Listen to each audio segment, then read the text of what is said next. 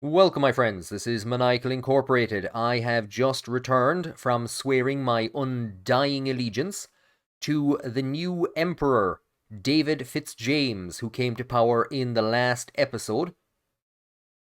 We are in a bit of an issue, however. Britain is now at pariah level of infamy, and we can see that some of the embargoes have begun. So I have a feeling that we are in for a rather turbulent time ahead. Now, we are in a position to take advantage of some of that turbulence. We are seeing that wood is rather expensive on the British market, as is grain, as is some of the goods which we may be able to supply through advancing our colonial possessions. So I'm going to do a few things. I'm going to actually stop the construction of a government administration in Leinster. I want to get one of them up to 10, so I'm probably going to focus on getting the one in Munster up to 10. We're going to, of all things, poor old Connacht hasn't been seeing much activity. We're going to put in, we'll say 2 for now. I don't want to go overboard. We have a small bit of an investment pool. We're still 550,000 in debt, so I don't want to go too overboard. We're going to start building some logging camps here in Connacht. And as well as getting paper up and running, we can see here that we have natural harbours in Munster, which give us shipyards, building throughput. So I'm going to start building shipyards in Munster. Historically, the main shipping would have been built in Ulster, the Harland and Wolff shipyards, which famously built the Titanic. But they've given us an advantage here in Munster. So I want to get clippers, and I want to get paper to help to keep down the goods for government buildings. And we can also take a quick look at our colonial possessions. There's not much to look at the moment. B.O. in the last video pointed out that we are very close to the island of New Ireland, which was named in the 1940s. I think it's in this region. And what I didn't realize at the time, we've gone into West Micronesia. Somewhere here is Yap Island. And it was famous for its use of a rather large stone currency that they would mine from a different island and bring to Yap and use as their main currency. And in the, I think it's the 1870s, an Irishman, David O'Keefe, landed on the island, and he was able to use his shipping industry that he was kind of building to ferry people out to mine the coins and bring them back. And he became, some people regarded him as the king of Yap Island for a while. He had a flag, a white flag, with OK for O'Keefe written on it. And some people think that's where the phrase, OK, I'm doing OK, comes from. So we've lots of Irish involvement. Bertie Ahern is down here. David O'Keefe is up here somewhere. B.O. is hanging out around here. Tons of Irish involvement. What we're going to do, actually do something. Is it diplomatic lens? Declare interests. So we have our interests in this region. In Micronesia, we're going to add to Indonesia. And that is also going to give us access to this region over here. And the reason that we want this is for its access to dye, tobacco, and tea. Right, after all our talk, we're in a position to start up. We're beginning, oh, lots of rivalries declared. Oh, fantastic. So the world is not all that pleased about the arrival of His Britannic Majesty, David Fitzjames. Our interests in Indonesia have come into effect. So we can see that colonizing the Solomon Islands will take 25 days, 255 days up here. And if we add a colony to Celebes, we'll see that the numbers have increased because we are spreading about our, I don't know what you'd call it, our colonial resources between the 3 regions. So what I'm going to do is push colonial affairs, colonial growth generation up to the max. And we have already gotten a tiny foothold on Irish Celebes, so we will put in a port to connect it up to our wider market. We're going to concentrate predominantly here on dye, tobacco, and tea, I think. Now, something I haven't done is taken a look at the wider world, and I've just gotten a pop-up that Greece has become a protectorate of Italy, whatever that is. So we can see down here that Italy has formed, and it has just made a protectorate out of Greece. So the Papal States are gone. Here we have Rome, the Vatican City. I'm not too sure how you get the production methods to hand this over to the industrialists. Institute mutual funds, run the Vatican on the stock market. I'm sure you can do that. The only other thing of major interest that I can see is that Russia has become a major colonial power in Africa. And the British, ever desiring peace amongst the nations of the world, has decided to decrease tensions between Japan and Russia by stepping in and taking this region. Thanks, Britain. So we have just gotten our port in Celebes built. We're making a small bit of money for our investment pool. Once we get another research opportunity going, I'm going to push for those mutual funds. If the Vatican won't use them, we sure as hell will. While His Majesty Harry Hamilton remains in power, I'm going to keep the devout faction in our government. However, we're going to begin favouring the industrialists. They have a number of traits which are going to be very important to us. Engines of progress will decrease technology cost. The most important one is going to be the plus 10% to capitalist investment pool contribution. So we're going to try and begin swaying them, or at least making them happier, and one of the ways that we can do that is to change from colonial resettlement to colonial exploitation. This is a handy one because it doesn't seem to make anyone else angry. So we're going to try and push that through. We have just gotten reinforced concrete unlocked. So like I said, we are now going to push for mutual funds, which will allow basically for everything to be publicly traded. It will also increase the minting rate, or the money that we get from minting, decrease the loan interest rate. So if we do run out of money, we'll be paying 2% less. So what are we paying at the moment? 2.65k. So that'll drop that figure. And it will open up the ability to add more capitalists to all of these industries. And of course, if we can keep the industrialists happy, we will get even more money. So that'll build up our investment pool. We're just getting 656 at the moment. So I'd like to try and get the investment pool to a position where it can kind of power expansion, and we can start to drop our very high tax rates, which I imagine are contributing to the levels of radicalism that we have.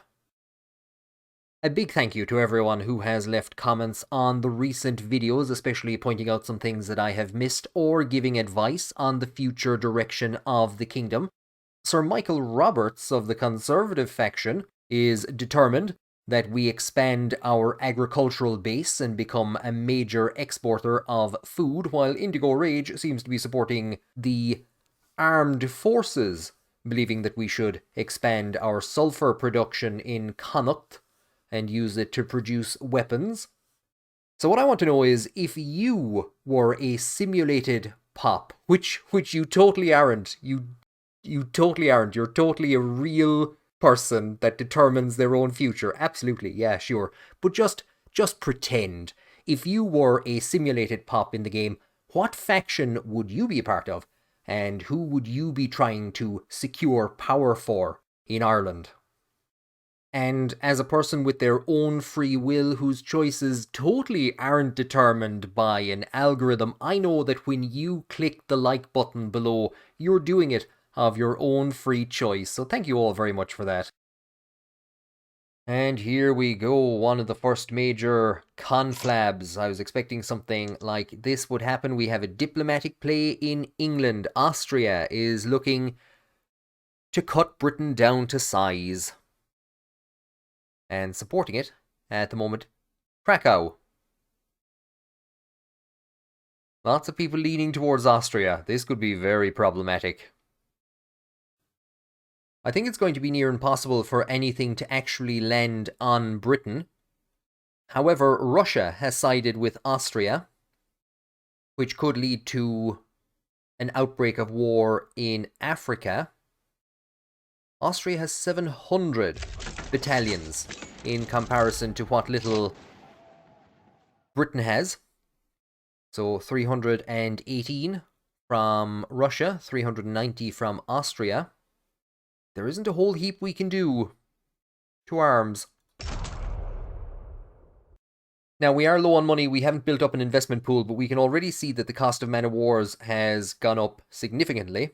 So we're going to start putting in some shipyards in Munster.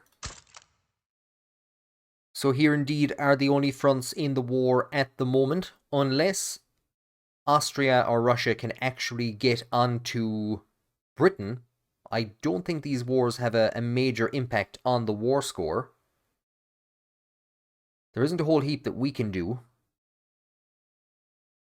other than watch and pray for the success of His Majesty. We've gotten our shipyard built in Munster. We're going to look at adding a bit of military spending. I don't think we're going to go for reinforced wooden ships just yet. Hardwood and engines in particular are in fairly low supply. So just taking a look at the British market, we can see that there is a good chunk of convoys being sunk, and we're quite close to reaching our cap on the number of convoys that are available.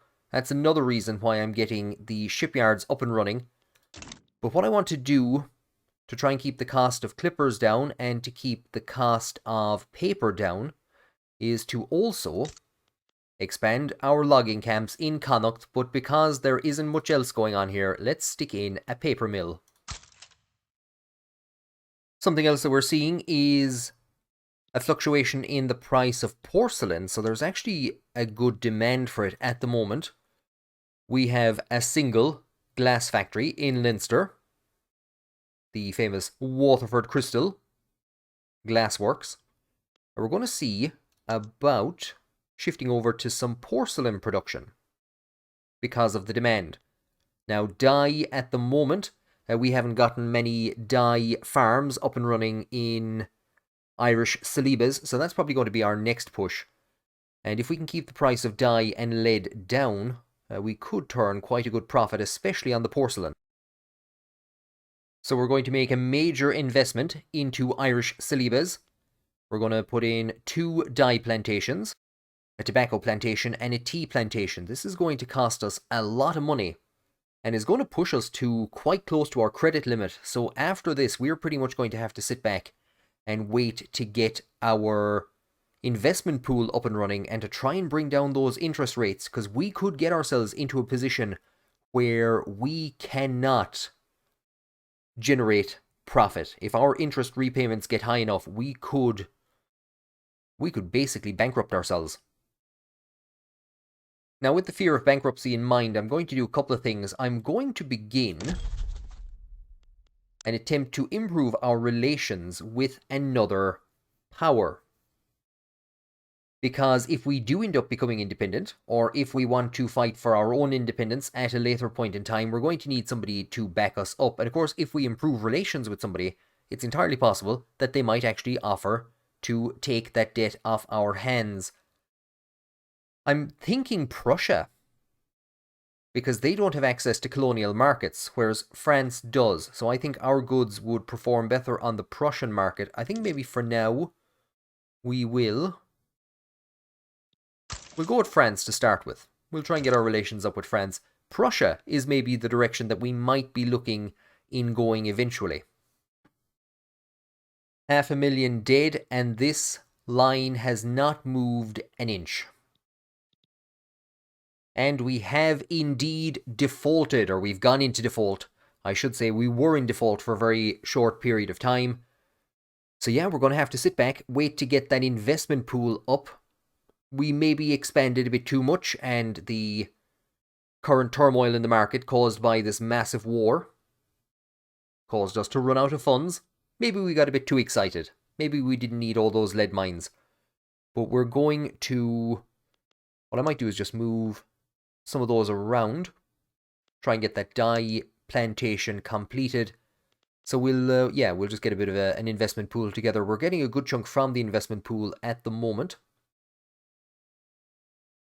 The majority of it coming from our food industries and our textile mills. Now this is going to be kind of strange. What's going to happen, or what I think is going to happen, is that Britain is going to take control of this region. All of the troops will then be teleported down here, where Russia has a slight advantage at the moment, but then again, they have nearly treble the troops. There you go. The whole thing has been teleported down here. They're now both at 0% in terms of war support, and unless Russia, Austria, or Britain proper get hit, I don't think this is going to go down any further. So basically, it's just a lot of money for nothing. And a lot of disruption to my market. So we have completely finished establishing colonies in the Solomon Islands and in Micronesia. If I start up more colonies, they're going to take from the speed at which we are colonizing Irish Celebes. So I'm going to just leave this as the only thing that we're working on at the moment. When we get this finished, however, what I'm going to look at is probably establishing a colony in one of these two regions, because it will give us access to sugar, which is one of the only goods then that we're missing on the existing colonies that we have. Following that last election, our legitimacy has tanked because of the size of the government and the fact that we have very high income taxes. So what we can do is we can kick out the armed forces, which will bring us up a good chunk, because it is the Conservatives and the Free Trade Party that have the highest representation.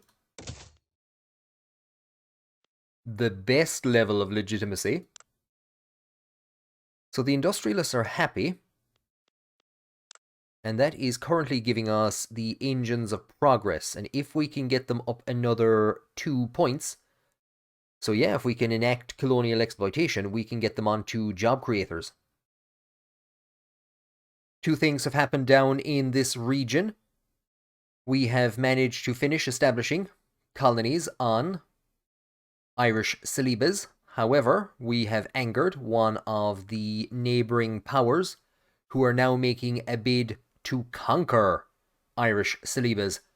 We don't have an army down here. We don't even have much of an army back home. So we're going to have to do a couple of things to try and prepare for this.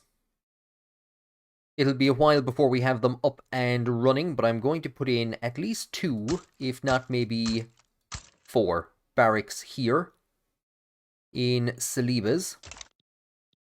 And before we actually get those up and running, we can come to our military screen.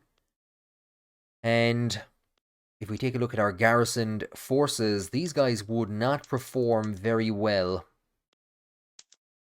against even the forces down here. I'm not too sure we're going to be able to push for medical aid, because I know opium is in very short supply. I don't think we'd actually even get access to it. So if we check the market, we might, but we're going to be creating quite a demand for it. We've gotten 2 pop-ups, one after the other. We now have colonial exploitation. That's fantastic. Russia has left the war. So, there you go. 670,000 dead. Austria and Krakow continue on. But like I said, unless they can actually make some landings in Britain, or unless Britain can land in Austria, this is just going to continue. War at the moment in the game isn't great. Naval landings very rarely, if ever, succeed or are even attempted. So I imagine this is just going to go on until somebody gives up. We'll recruit a general for our new Indonesia HQ. And we have a choice between brothers, Mora Fitzmaurice and Christopher Fitzmaurice. Defensive strategist. Supply requisitions expert. I like the sound of this. We're into the final phase of the preparations. I have actually left it a bit too late. We will mobilise Jack Ash in Ireland. And we will send him to attack this front. And I'll just check what the garrison soldiers here look like. Again, we will have to put them up onto the higher numbers. We'll leave them off of medical aid. I do like the fact that these are colonial soldiers, so they look slightly different. I'm not too sure if we can actually supply all that artillery. I'm also not too sure it's needed. The artillery probably won't be needed. Our opponents are using irregular infantry and cavalry scouts. I've completely forgotten what we were using. So we are up onto skirmish.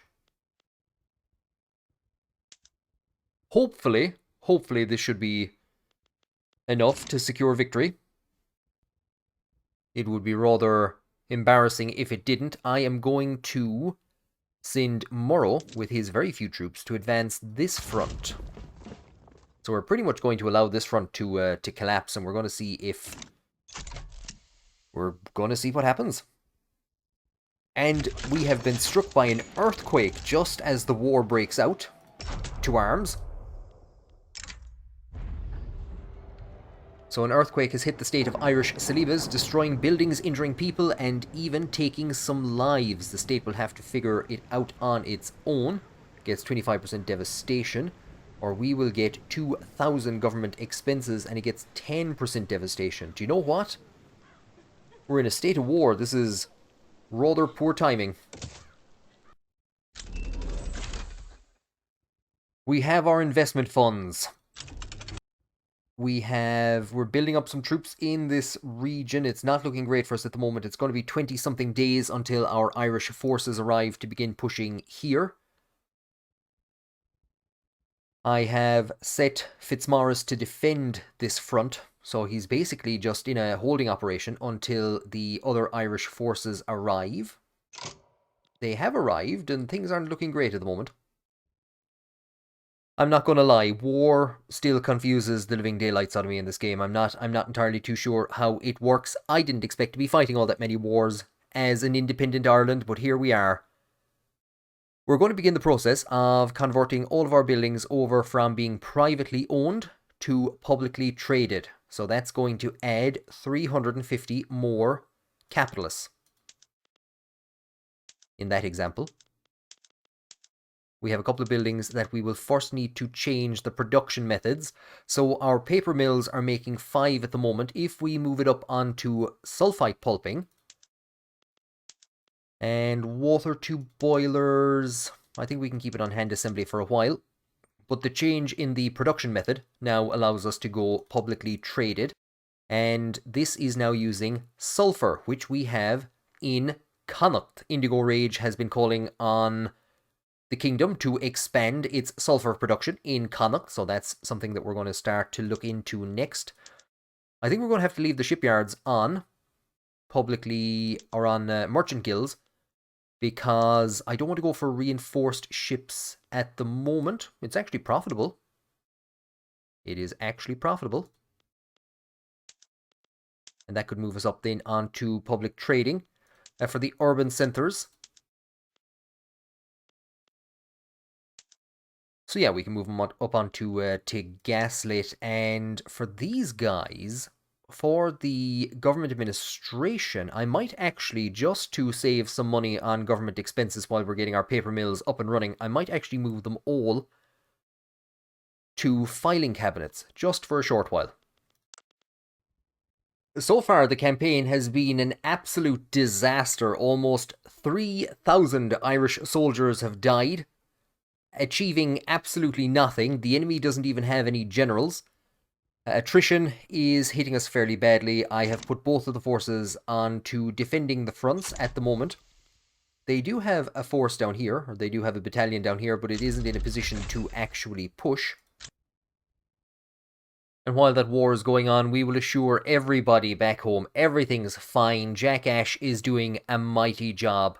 Porcelain is very high. Sulfur has started to go up in price. So has dye, but we're not going to be able to do anything with that until that war ends. There is glass. Lead isn't too bad. And clothing. So we aren't actually taking a look at the standard of living at the moment. And we're up to 129,000 on our investment pool. I think we'll probably start with the sulfur mines. So we'll put in 2, and we will probably look at putting in another glassworks. And there you go. They heard us talking about them a while ago. We have been improving our relations with France, and they have agreed to basically take on our 1.8 million of debt, which would wipe off that close to 5,000 interest payment. How could I refuse? With the way things are going down here, we'll make an attempt to have Jack Ash push the front again. Things are looking a bit better this time. So most certainly getting to grips with war, that's going to take me a while. Oh, stop doing that. You're breaking my heart.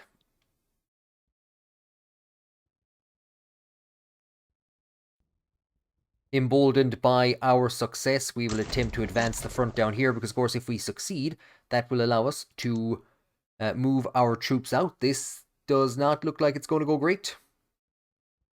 Jack Ash is going to make another attempt to push at the top. It was going well. There you go. Morrow did indeed manage to secure a victory, which I think means that this front has basically collapsed. So indeed, this front has collapsed. We're not seeing... Oh Lord, we are. Right, well, we're going to have our ultimate victory. We're going to conquer this entire region. We do accept this peace deal. There we go. We have a peace treaty. And we now have... I think I saw 100 and something thousand troops, or 114 battalions descending on this region. If that invasion is still going ahead. There we go. We now have... Wow. Irish Salivas is going to become the main battleground of the Austria-Britain War. Let's give Austria more places to conquer. We will begin building a colony on Western New Guinea. So that colony is going to take close to 1,000 days to complete. We're going to actually make it take even longer by starting another colony. If we look here at the Congo, what the Congo has is cotton.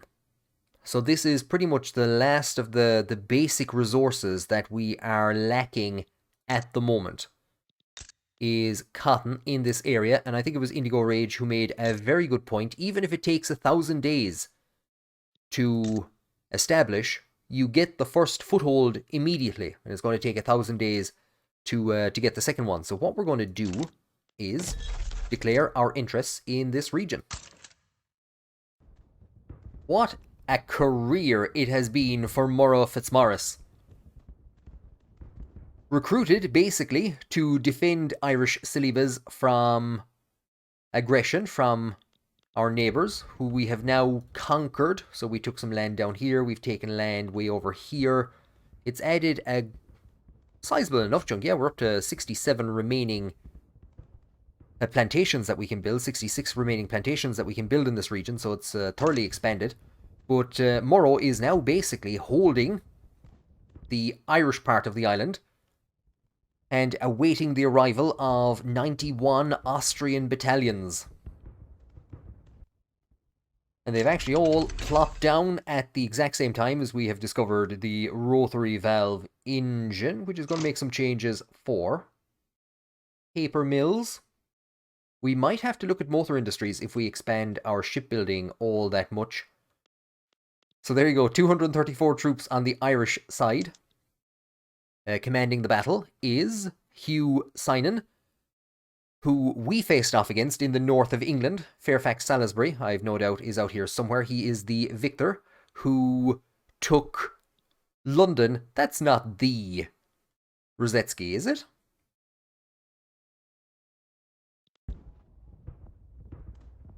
Okay, well, I think the entire front has disappeared.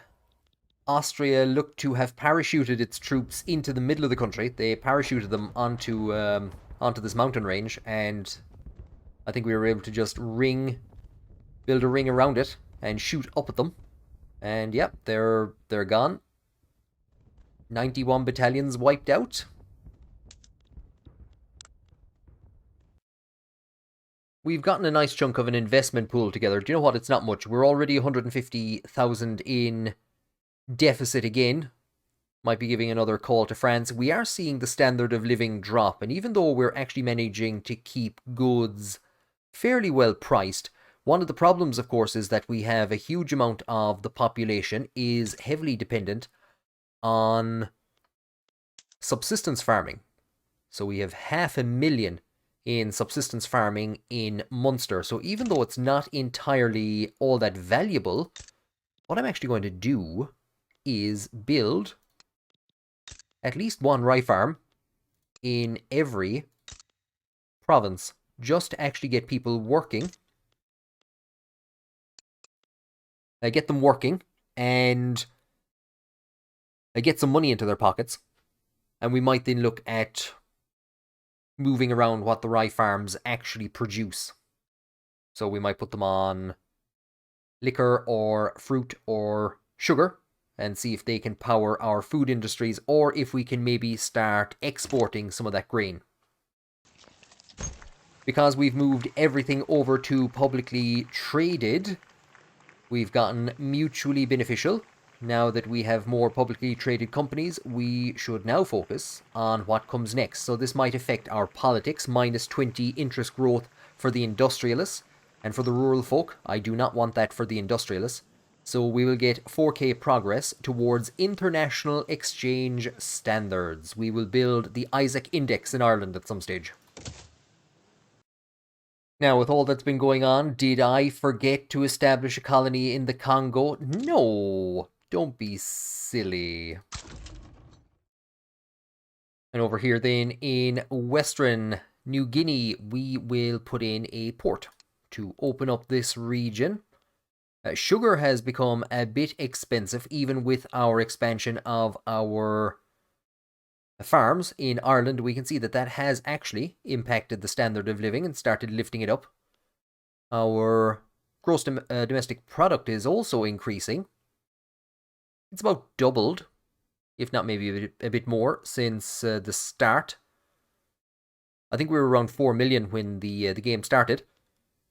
So we might see about expanding our sugar plantations here. Of course, iron is also going to be valuable to us. We don't have a tremendous amount of iron back in Ireland. And for our colonies out here, access to whaling stations, which will give us oil. If we take a look now at our investment pool, we are getting 6,000 per week. And this is coming at the moment predominantly from our textile mills, the food industry. So we want to build up a number of other industries, diversify the economy. But we're making 6,000 a week into that investment pool.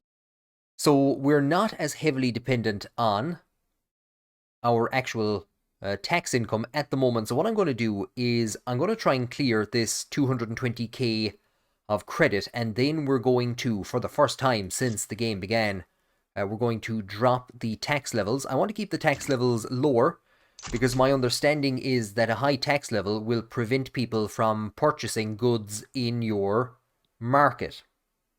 So we could actually, by having a high tax level, we could actually be stunting growth in our market.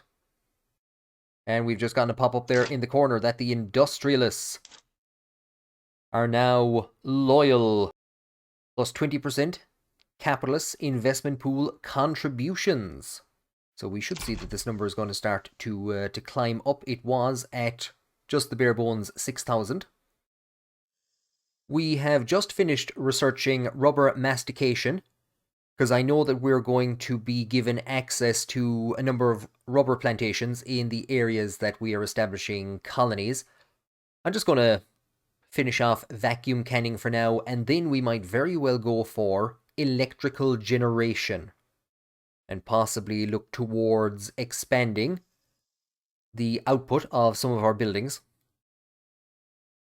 We've just had an election. Everything seems a-okay, however. It's the Free Trade Party and the Conservatives. The Labour Party got a small bit of a boost. From keeping the trade unionists unhappy, there's minus 15% state construction efficiency and minus 10% technology speed. I'm not too pushed about that at the moment. Treasury bonds, well, of course, the loan interest rate, we're looking to basically try and keep ourselves out of needing to take out loans in future, plus 10 bureaucracy from the petty bourgeoisie. I think we're pretty happy with the way things stand at the moment. We have finished our paper mill in Connacht. We're generating just under 6,000 a week for the investment pool. Gold reserves are 178,000. We are going to see what will happen if we drop the budget from very high to high. So it'll be minus 5 instead of minus 10 legitimacy and plus 25 radicals from standard of living decreases instead of plus 50. And we have moderate wages, medium wages for the military and the government. Again, if we can push up government wages, that will bring in more. That will allow them basically more money to spend on our economy. So for now, for this episode, most certainly, we're going to focus on the internal economy, supplying the internal economy, and building up basically our own economic output, defining what the main areas are that we're going to focus on. And maybe into the next decade, we can look at where our exports are going to go. We have unlocked electrical generation. It's going to allow for electric fences on livestock ranches. We're not going to implement that because it's going to cause me to have post-traumatic stress disorder. Electric streetlights, sawmills, lots and lots of different stuff. What are we doing out on this side of the world? Why am I out here? Krakow is trying to do something. It started a diplomatic play. I'm not too sure, is it a revolt or what's going on? This war is still going on. I don't know if you knew that or not. Still at war with Austria. Do you remember that? Yeah, that's still happening. That's still happening. We have almost 300,000 in gold reserves. We have 132,000 in our investment pool. I was thinking about putting this in Connacht because there isn't a whole heap going on there, bar the paper mills. But instead, we are going to put our electrical generation in Munster. Because, of course, you had one of the first major infrastructure projects by the Irish Free State when it was founded was the Ardnacrusha power plant. Or the hydroelectric dam, I should say. So that's what we're gonna do is stick our electricity capacity production in Munster. Munster's getting a ton of things. We are getting a ton of pop-ups about rubber being discovered all over the place. Rubber has been successfully grown in Irish Congo. So we can discover resources, get plus 25 migration attraction, or we can try and push it into the neighbouring region. So I'm not too sure what happens. We'll take that option. Is this a chance to double the rubber plantations that we have in the Irish Congo, or is this just a bug? We might as well take all the plantations we can get. We've just seen a jump in the British market for clippers. So we might look to expanding our production in Munster. The infrastructure project that we're currently working on is taking its money directly from our gold reserves. It's not taking any of the money from the investment pool, so the investment pool can only be used for certain things. And I think we've actually gotten it up and running. We have indeed. We have indeed gotten our power plant up and running, a hydroelectric plant. So it's consuming engines. Now we could go for coal or oil-fired plants. We need to do some research for that first of all, and I was thinking that we wouldn't be able to put this on publicly traded, but we can. So what we now need to do, of course, is create a demand for electricity. We're not actually generating a whole heap at the moment. Ordnance Russia will be proud to hear that it is the #1 power plant in the world. So this is a massive infrastructure project ordered by Harry Hamilton, possibly to cover up the not all too fantastic military operation in Irish Celebes. There was also a devout scandal. He was caught having an affair with a member of the clergy, so possibly he's attempting to hide that as well.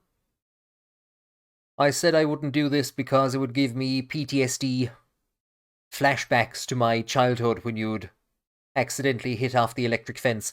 We will electrify our livestock ranches. It's going to create a hefty demand of +18. It's only a slight change in the productivity, but what we're probably going to look to do, well, one of the ways that we can change that is by actually generating a lot more electricity. And we're also going to look to export the meat and the fertilizer, and of course the fabric that we're producing is going to go towards our textile mills in Ulster, so we can actually decrease the needs for bringing in cotton from the colonies. I'm basically just trying to justify my decisions. It is 1866. We are just 50 years out from the 1916 Rising. I'm building some whaling stations in Bougainville to generate oil for something. I forget what. But we do need it. And we're going to end the episode the same way we started. Building government administration in Munster. It is in a taxation capacity deficit again. So is Ulster, which is in a slightly more severe deficit, but we'll hold off doing anything there for a while. We're also being told that there is a movement to enact appointed bureaucrats that will anger the landowners. It will appease the intelligentsia and the petty bourgeoisie. We have hereditary bureaucrats in at the moment to keep the landowners happy. And of course, for its thematic purposes, representing the Brehon scholars restored to oversee the kingdom. But most likely, I have no idea how much longer this lad is going to hang around. 64. But following the end of the reign of His Majesty Harry Hamilton and the elevation of his son Prince William to the position of King of Ireland, his republican tendencies will see him reject the kingship and institute a republic. But that is all for the far distant future.